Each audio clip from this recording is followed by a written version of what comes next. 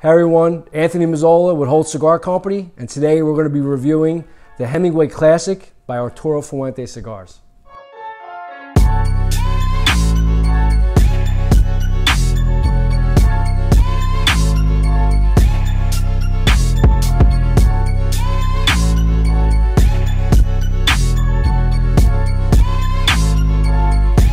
So you want to get into this review or what? Sure. So today we're going to mess around with the Hemingway Classic, Fuente Hemingway Classic.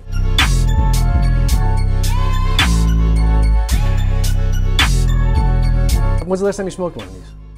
Probably 4 or 5 months. Yeah. Been a while. That's why, when a guy says to me, oh, you know what, I don't really care for XYZ cigar. My first question always is, well, when's the last time you smoked it? And a lot of times I'll give it more than 6 months, 5 months. They're usually like, I don't know, it's been like 3 years. I'm like, well, first of all, your taste changed in 3 years, right? So people don't realize that. So it's a good thing to revisit a blend, especially if the cigar is bolder and you remember, you know what I mean? Absolutely. Like a lot of times a cigar, if it's too strong for you, it scares people off. But it's always refreshing when I go back to a blend, especially a blend with this caliber of as far as lineage, when it first started, how revered it always has been, to revisit it because there's so many new things that when you go back to something that's familiar to you, you realize how good and timeless it is.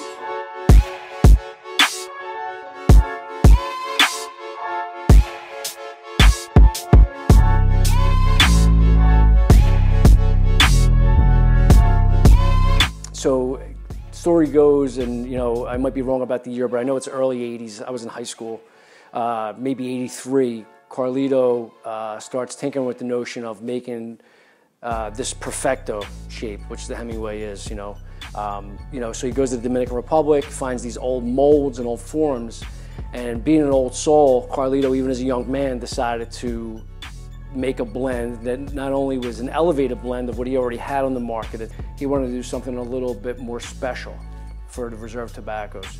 So he came up with this concept of doing this perfecto, kind of like this old school Cuban shape.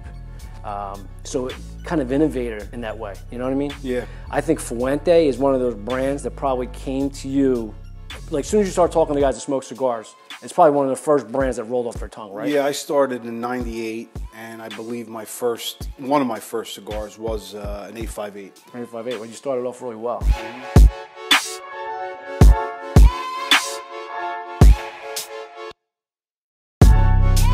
When his vision was, even back then in the early 80s, to create something very unique that wasn't out there yet.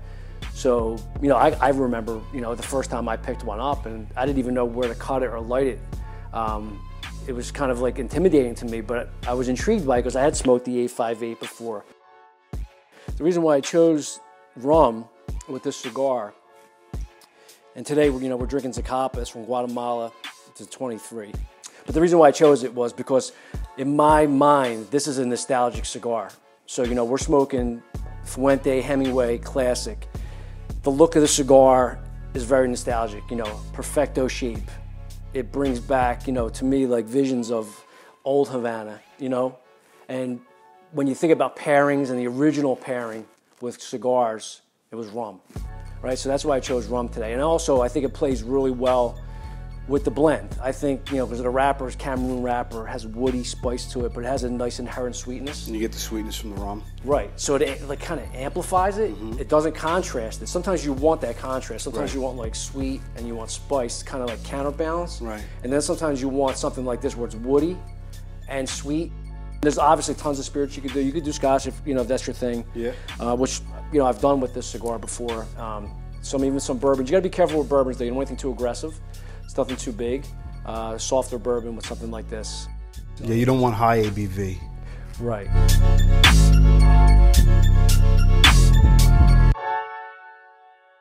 Every time you fire up a cigar, it is a special occasion, right? So that's a daily thing, and to each his own when it comes to that perspective. You could definitely pick it up, in my opinion, any time of the day. I'd say maybe leaning toward afternoon, maybe after lunch, because it does have that spice to it, even though the wrapper itself has that sweetness also.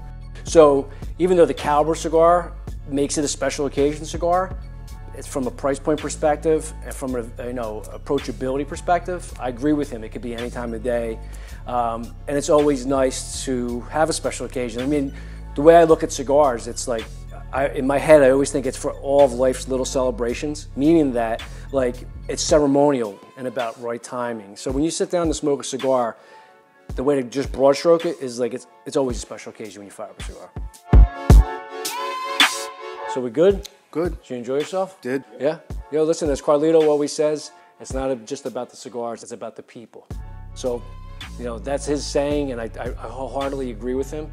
It's great he has his family name with his band, but Carlito always says that to me, and it always rings in my ears. So hopefully that resonates. This is the Hemingway Classic by Fuente Cigars. Salute. Salute.